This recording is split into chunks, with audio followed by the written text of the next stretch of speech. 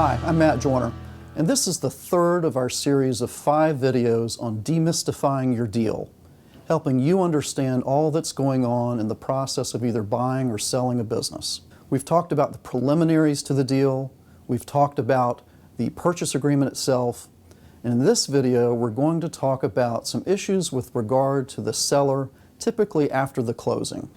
In every deal there's a question of what is the seller going to do after they've sold their business? Does the buyer want them to stay on as an employee? Does the buyer want them to stay on for some limited time as a consultant?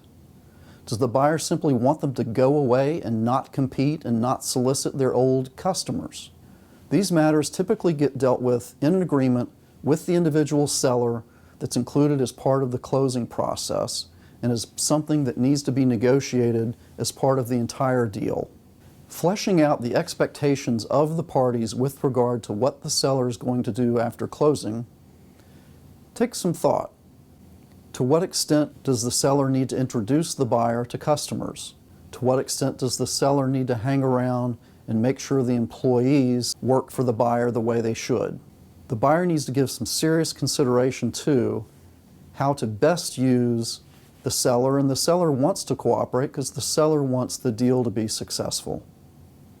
But once the seller has left, the buyer wants to make sure that the seller is under a non-compete, non-solicitation, and confidentiality agreement so that the seller will not go out there and start up a competing business or solicit the customers or reveal the confidential information of the business that they just sold to the buyer. Now, some jurisdictions do not like to enforce non-compete agreements. Others, like North Carolina, will enforce them if they're tightly tailored, tightly drafted, and they are more inclined to enforce them in the case of the sale of a business than they are in the case of just an employee non-compete. The reasoning behind this is that the seller of the business has in fact gotten a great deal of consideration for it, and therefore it's fair to keep them from competing with the business they just sold.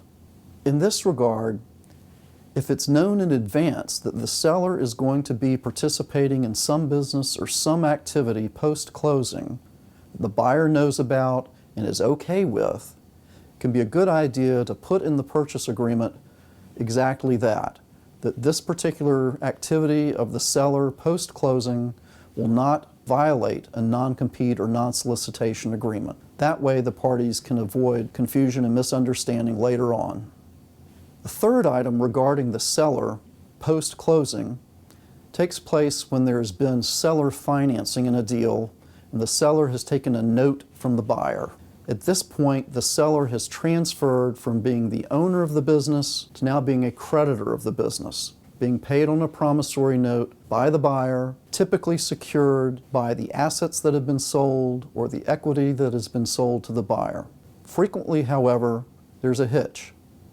The buyer has gone and gotten financing in order to make the purchase in the first place. The seller frequently will find that while they are taking a note to finance part of the sale, they will have to be subordinated to the buyer's lender. That is, the buyer's lender says, we're not going to advance the funds to allow the buyer to buy this business unless you, the seller, are willing to get in line behind us, the bank. We, the bank, want to make sure that the purchaser pays us first and pays you second. If that's going to be the case, it's good to get that out on the table and make sure the seller understands that early, because it can be a rude awakening when the seller gets to the closing and finds out that, yes, they agreed to take a note for part of the purchase price, but oh, by the way, they're not going to be the first to get paid. So here in the third part of our 5-part series on the demystification of your deal, we've looked at issues regarding the seller after the closing, whether there's a consulting agreement, a non-competition agreement, a promissory note, issues with regard to what will the seller be doing after the deal and what will their role be in relation to the buyer. Next up, in part 4, we'll take a look at other third-party issues after the closing. I'm Matt Joyner. Thanks for watching. If you need legal advice for your business in North Carolina, call Matt, send him an email, or connect with him on LinkedIn.